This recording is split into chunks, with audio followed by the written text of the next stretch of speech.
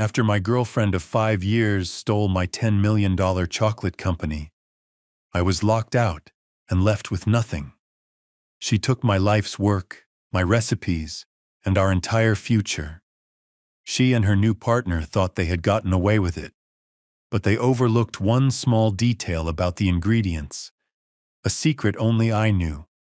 They had no idea their entire empire was built on a lie I was about to expose. I'm Leo, and this happened to me 2 years ago. I'm sharing it now because the lawyers finally said I could. I wasn't some big-shot businessman.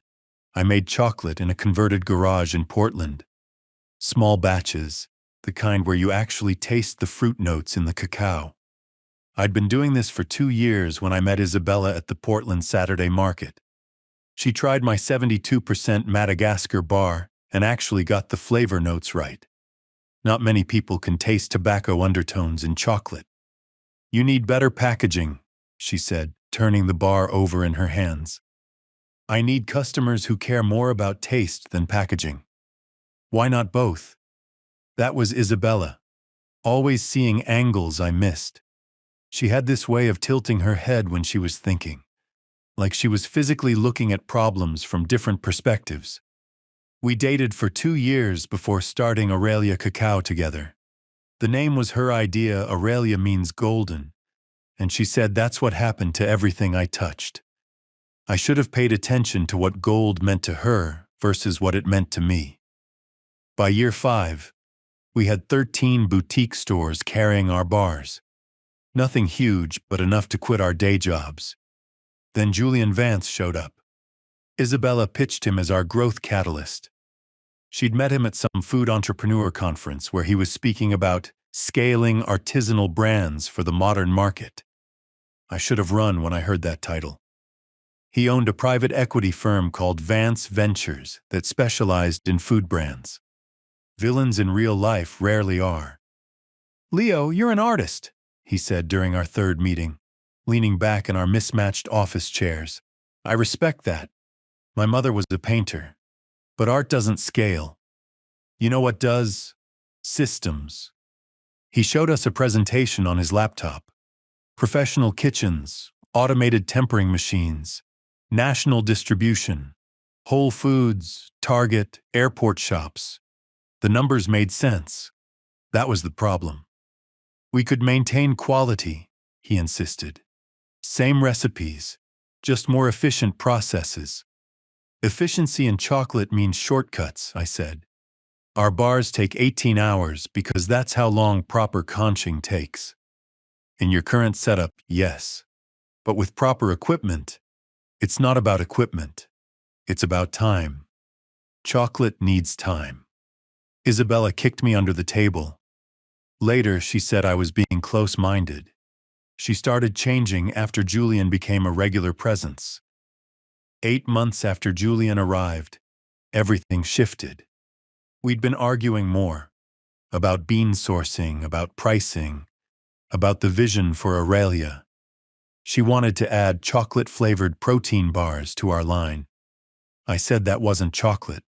It was candy with aspirations. "You're impossible," she said one night, slamming our apartment door. She spent more evenings at strategy meetings with Julian.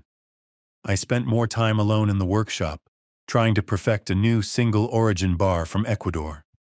Chocolate doesn't judge you. It just melts, or it doesn't. The discovery came by accident.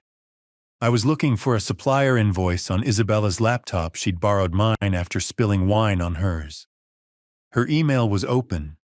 I wasn't snooping, just trying to find a PDF about shipping costs. The subject line stopped me cold. Aurelia acquisition final phase. My hands actually shook, physically shook, like I was detoxing from something. The email was from Julian to Isabella, dated 2 weeks prior. "Bella, confirming our discussion. Clause 47B gives us the opening we need. Once Leo signs the revised operating agreement, tell him it's for the new insurance. We can move forward. The West African suppliers are ready. At $6/kilo versus his $42/kilo Peruvian beans, margins improve 600%. Investors are already interested based on the Aurelia name and his recipes. 3 locations in Vegas want exclusive distribution. Leo's talented but doesn't understand business. Time to cut the anchor. Jay. Her response was worse than his email. Agreed. I'll get him to sign this week. He trusts me. The workshop lease is in my name anyway. Smart call on that last year. Give me 2 weeks to ease him into it. Don't want him suspicious and lawyering up. Those recipes are worth more than he realizes. BTW tested the West African samples. They're passable.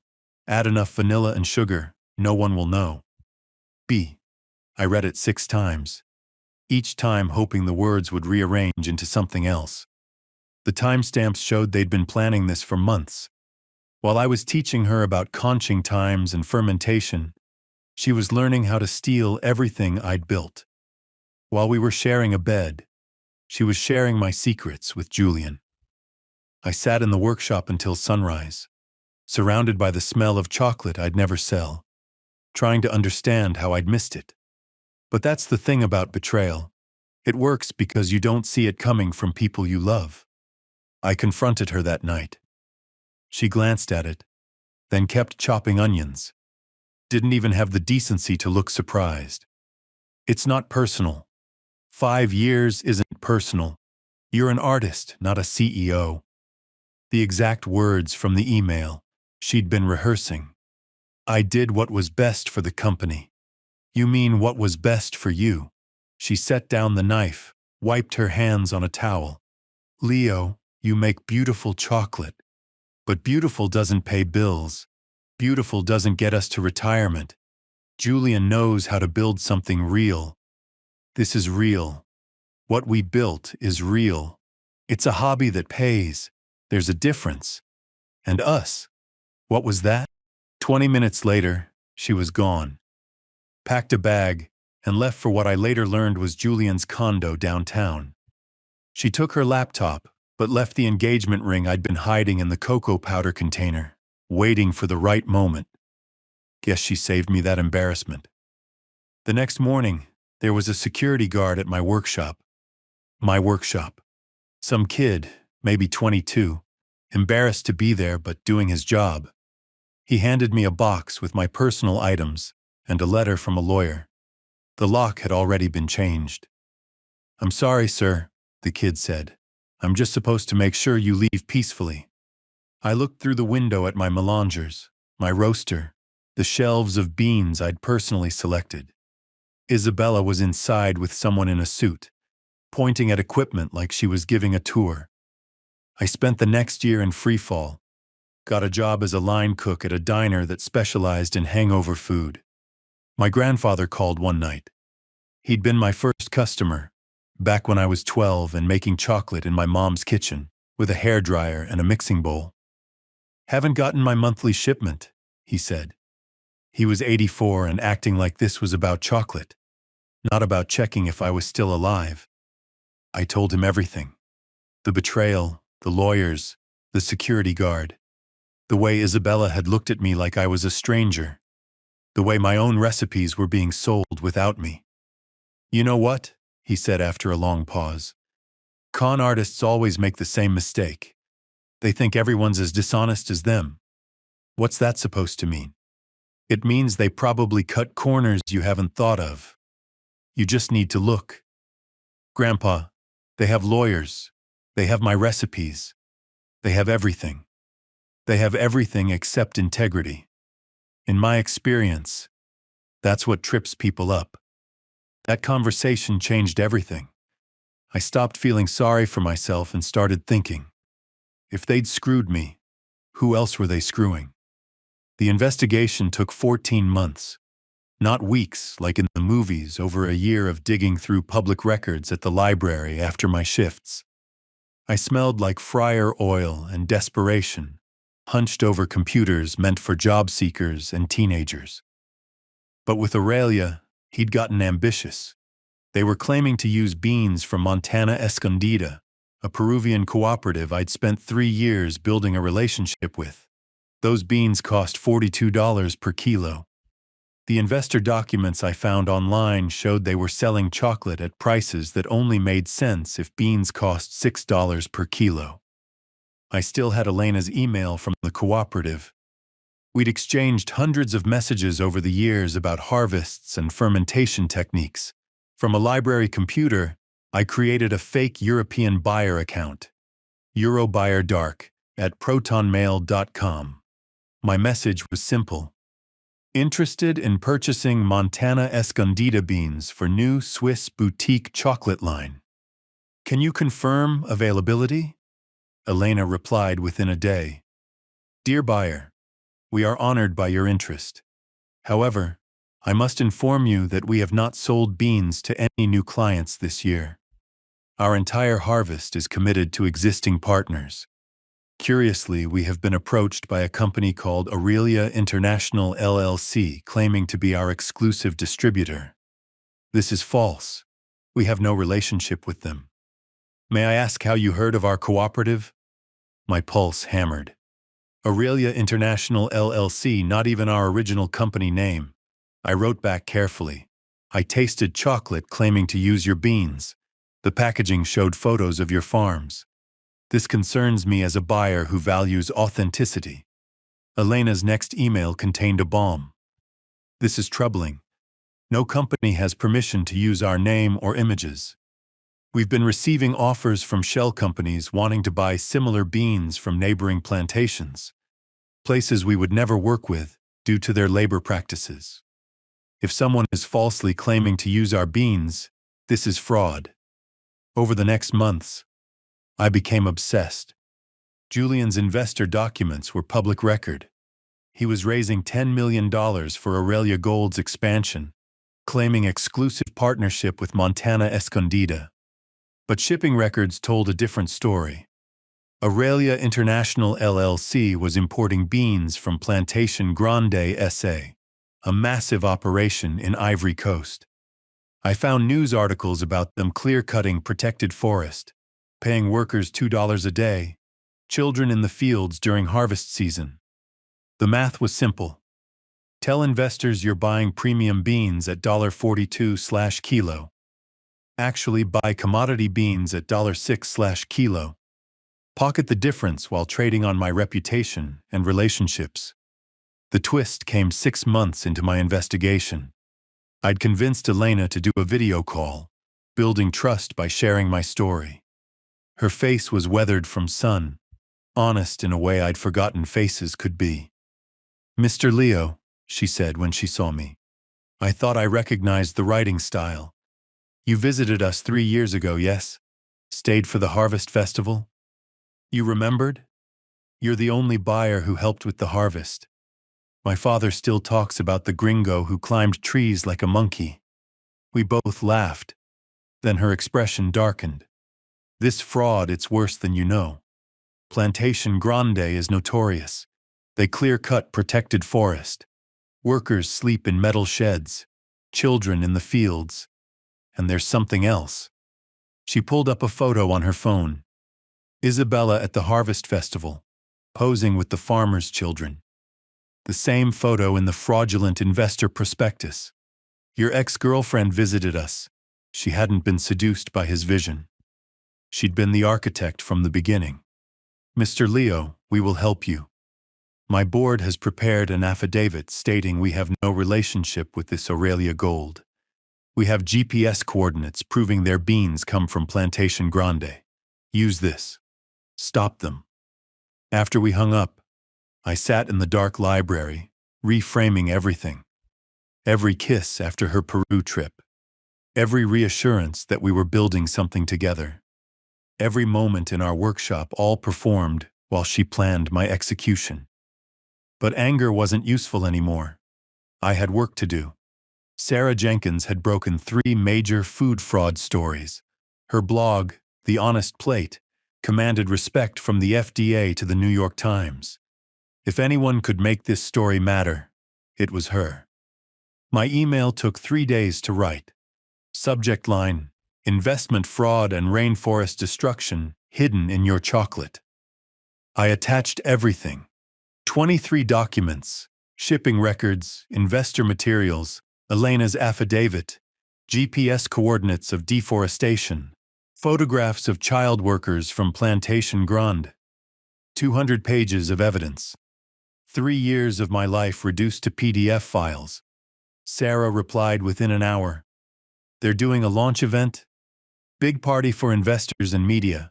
Park Plaza Hotel, 2 p.m. I'll publish at 8 a.m. Give it time to circulate before their party. My editor at the Times might want to run a companion piece. After we hung up, I made one last chocolate bar using borrowed equipment from a chef friend. Single origin, 72%. Perfectly tempered. I mailed it to my grandfather with a note. You were right about the long finish. The day of their launch, I was at work, prepping for the lunch rush. Chopping onions, mixing pancake batter, trying not to think about what was happening across town. My phone sat face down on the steel prep counter. At 8:47 a.m. it buzzed. Sarah's article was live. She'd added her own investigation interviews with former employees of Julian's other companies. A paper trail showing Isabella's Peru trip was funded by a shell corporation Julian controlled. Confirmation from 3 other cooperatives that Aurelia Gold had falsely claimed partnerships. By 10 a.m., it was trending on Twitter. Foodwine picked it up. The Times ran Sarah's companion piece on their business page. The FDA announced they were aware of the allegations and investigating. I didn't watch the live stream of their launch. Didn't need to. My co-workers kept updating me as they scrolled their phones during smoke breaks. Stock price dropping. Investors walking out. Someone just asked about child labor on live TV. Holy shit, the FBI just showed up. Isabella texted me once. I hope you're happy. I didn't respond. Happiness wasn't the point. Truth was. The legal fallout took months, not days. Julian's company filed for bankruptcy after investors sued. The FDA fined them $2.8 million for fraudulent labeling. The FBI investigation into securities fraud is still ongoing, according to Sarah's latest article. Me? Took another year to save enough to start over. Every extra shift, every saved tip, every skipped meal went into a jar labeled future. My grandfather sent checks I tried to refuse. Investment in integrity, he called them. The new space is tiny 300 square feet in a shared commercial kitchen. I make chocolate Thursday through Sunday, 5 a.m. to noon. Still work at the diner Monday through Wednesday. My arms are covered in burns from both jobs now. No fancy name this time, just Leo's Chocolate on plain brown labels. Elena's cooperative sells me beans directly now. We split the profits 50-50, which Julian would say is bad business, but it lets me sleep at night. Last week, a food writer visited. Roasted cacao, vanilla, that indefinable scent of potential. But it feels different now. Quieter, more honest. No one's pretending it's something it's not. My grandfather visits every week. We share a bar and don't talk about the past. Good thing. Some recipes can't be stolen. 2 years later, I'm still in that small kitchen, still burning my hands on hot equipment, still taking 18 hours to make what machines could do in 3. But it's mine. Every gram of cocoa butter, every perfectly tempered bar, every customer who tastes the difference, mine. That's the thing about truth, it's got a longer shelf life than any con, even if it takes a while to unwrap. Last month marked 3 years since the workshop locks were changed. I celebrated by making a batch of 72% Madagascar, the same bar Isabella first tried at the farmer's market. It tasted exactly the same as it did then. That's the point of doing things right. They don't change on you. And that's the real revenge, not destroying what they built on lies, but continuing to build something true. Every single day, one batch at a time.